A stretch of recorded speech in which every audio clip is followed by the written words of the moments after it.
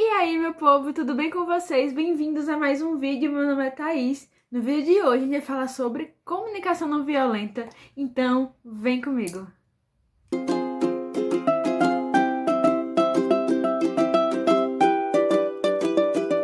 Então, esse primeiro vídeo aqui é justamente o primeiro de uma série de 5 vídeos sobre o tema defeitos, como lidar com pessoas difíceis, que foi um assunto aí escolhido por vocês que estão lá no Instagram me acompanhando. Se não me acompanha, é Thaís RRF. Então, o livro que eu me baseei para trazer o conteúdo para vocês foi esse aqui, Comunicação Não Violenta, Técnicas para Aprimorar Relacionamentos Pessoais e Profissionais. Então, eu não indico, vamos dizer, muito ele, por ele ser por ele ser repetitivo em algumas coisas, e também porque, tipo, ele já entrega muito logo na introdução, e o bom é que em cada capítulo tem um resumo. Então isso me ajudou muito a pegar os pontos importantes e trazer realmente aqui para vocês. Mas não quer dizer que só porque eu não, né, não é o melhor livro da minha vida, que a gente não vai tirar proveito dele, né? Vai ter coisas aqui que a gente pode aproveitar, que a gente pode abordar e a gente pode explanar sobre isso, né? E discutir sobre isso. Então vamos lá, tá? Eu selecionei os capítulos 5, 7 e 10 e 11 pra gente poder conversar um pouco sobre comunicação não violenta, tá? Alguns pontos bem importantes que eu achei para trazer para vocês. Então, a primeira coisa que o livro nos traz, nos faz refletir, é sobre a gente se responsabilizar pelos nossos sentimentos, né? Muitas vezes a gente responsabiliza as outras pessoas pelo que a gente sente, mas na verdade ele traz essa ideia de que o que os outros falam, o que os outros fazem é um estímulo para os nossos sentimentos e não necessariamente a causa. Eles podem não ser a causa, entende? Na maioria das vezes não é, porque normalmente a gente só tem mágoa, eu vou falar um pouco mais sobre isso mais na frente, quando a pessoa não dá visibilidade aí para o meu esforço, não reconhece aquela minha tentativa de estar fazendo ela se sentir bem. Bom, vamos lá, vamos continuar. E os nossos sentimentos têm muito... os nossos sentimentos na verdade, o resultado de como a gente recebe aquela mensagem, né? Seja ela negativa, seja ela positiva. Nesse caso, como a gente tá falando sobre relações interpessoais, normalmente são comentários negativos que a gente normalmente entra em conflito. Dificilmente você vai entrar em conflito se alguém elogiar, certo? Então, 4 opções que ele traz para que a gente pode reagir, né? Normalmente a gente reage. Ou é a primeira opção, quando a gente coloca a culpa em nós. Isso quer dizer o quê? Quando a gente percebe ali no discurso do outro uma crítica, uma acusação, então acaba que nos leva a nos menosprezar. A gente começa a se martirizar muito por isso. Outra opção de reação para comentários negativos é culpar o outro. Normalmente, a gente tem muito essa tendência de terceirizar a culpa, responsabilizar o outro, fazendo com que a gente se sinta com raiva. Uma terceira opção para reagir a comentários negativos é quando a gente percebe os nossos próprios sentimentos e as nossas necessidades. É bem ligado ali com o que eu falei no início para vocês. Sobre a gente, normalmente, quando a gente se conscientiza dos sentimentos, nossos sentimentos, a gente vê que, na verdade, foi por um esforço nosso não reconhecido, né? Dificilmente você vai ficar magoado quando seu esforço é reconhecido, é validado. Então, quando isso não acontece, tendemos a ficarmos magoados, chateados. Uma quarta opção é quando a gente percebe a necessidade de sentimento do outro. Então a gente começa a se concentrar na expressão do sentimento daquele outro. Veja, nessas 4 opções a gente pode ver alguns defeitos, né?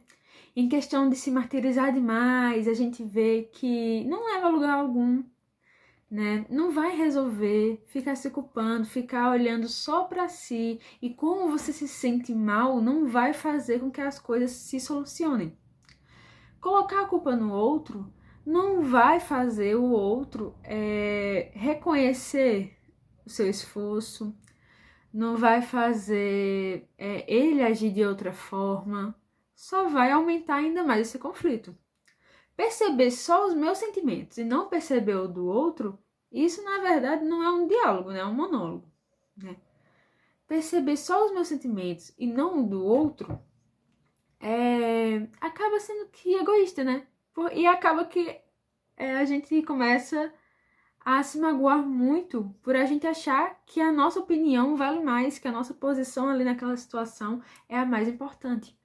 E quando a gente percebe o sentimento do outro, mas deixa de lado o que a gente gostaria que o outro fizesse, é muito complicado, porque aí quando você, tipo, não, o que ele falar tá certo, então não vou falar o que eu acho. Muitas vezes a gente precisa da nossa opinião, a gente precisa se expressar, dizer, olha, eu gostaria que isso fosse assim, assim, o que é que você acha? Entende? Então, o certo seria ter esses dois lados, perceber esses dois lados, de tipo, cada um contribuindo ali para a solução daquele problema. Entende? Tá, vamos continuar aqui. Então, é muito importante quando a gente reconhece o pensamento por trás daquele sentimento, tá? Porque muitas vezes nós focamos tanto no que o outro, como o outro está falando, no que ele realmente quer falar. Porque às vezes eu consigo me expressar e dizer o que eu estou sentindo e o que eu quero, mas o outro não consegue fazer isso, então ele faz de qualquer outra forma e aquela forma ali você não reconhece. E aí você já coloca aquilo como errado, como se a forma dele fosse errada, quando na verdade ele só está transmitindo de outra forma, ele demonstra de outra forma a insatisfação dele. O livro também traz 3 etapas que a gente pode perceber no relacionamento com os outros. A primeira é a escravidão emocional, que ele chama. Ele denomina escravidão emocional quando eu acho que sou o motivo principal da felicidade do outro. O que isso quer dizer? Quando eu estou me relacionando com alguém, seja ela qual tipo de relacionamento for, é quando eu coloco, eu faço de tudo para que aquela pessoa seja feliz, porque eu estou livrando ela de tensões, eu estou ali, entendeu? Os meus esforços vão fazê-la feliz. E quando na verdade não é assim, a felicidade plena do outro não depende de nós. Claro, a gente pode fazer o quê? Coisas que trazem aquela felicidade, que trazem aquele sentimento de satisfação para o outro, mas a gente não pode colocar na gente um peso de felicidade plena, como se eu fosse a razão de viver da outra pessoa, entende? E aí, quando passa dessa primeira etapa, quando a gente reconhece que a gente está se colocando nesse lugar de responsabilidade e até, ouso dizer, de peso, né? Então, a gente começa, quando a gente percebe, dá aquele clique, a gente começa o quê? Ficar com raiva, né? A gente não consegue ter esse equilíbrio, então a gente já se afasta da pessoa, a gente já começa a fazer atitudes que a gente não faria para pessoas que amamos e não gostaríamos que fizesse para nós. Então a gente vai totalmente para um outro extremo. E existe ele diz libertação emocional. É quando assumimos responsabilidade pelas nossas atitudes e pelas nossas intenções. Então veja, é muito importante a gente saber o que a gente quer e saber expressar aquilo que a gente quer. E saber que o outro também tem esse direito de dizer não, tem esse direito de dizer sim, e que ele também não pode ser a razão da minha vida, né? Com certeza ele pode ser um dos motivos que me trazem felicidade, mas não o motivo. Como eu disse, a razão realmente de vida. Indo lá para o capítulo 7 do livro, a gente vai se deparar com a empatia. Quando ele vai falar da empatia. Porque até agora, ele falou as 4 opções que normalmente a gente reage a comentários negativos, né? Como a gente recebe aquelas mensagens. E falando nisso, a gente pode falar sobre como receber esses comentários com empatia. O que isso quer dizer? Quer dizer que eu vou ouvir o que o outro está passando, o que o outro está querendo me dizer com a compreensão respeitosa, entende?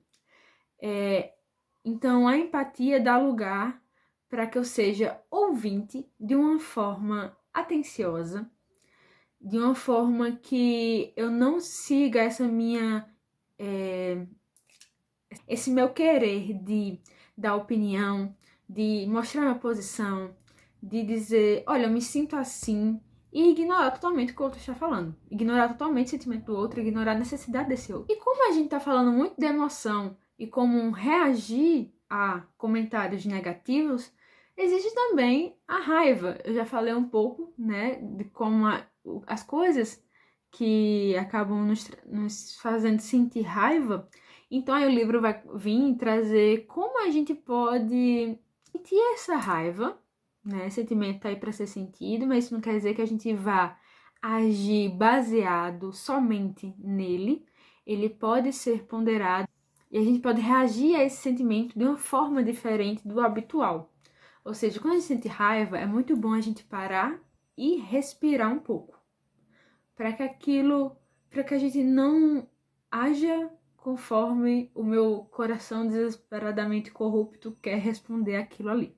É muito importante também a gente identificar os pensamentos que são julgadores ali, né?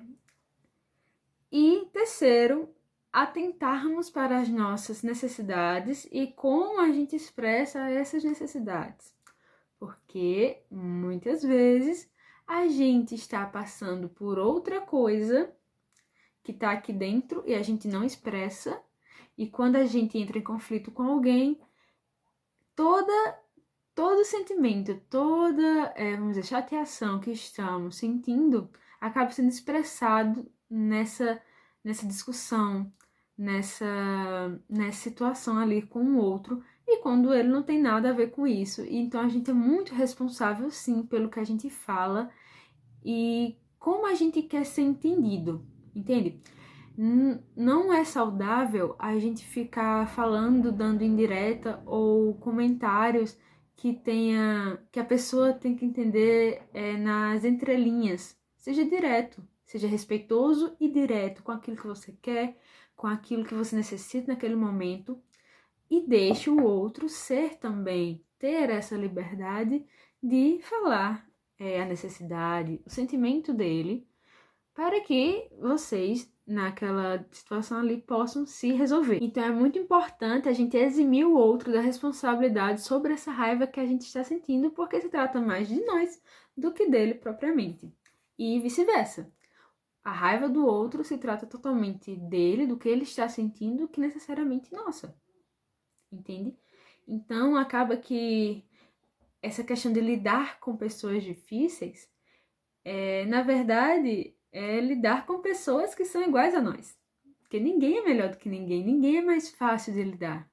Nunca vai ser, porque como a gente é essa mistura de defeitos e qualidades, de erros, de acertos, muito dificilmente vai ter alguém fácil de se lidar.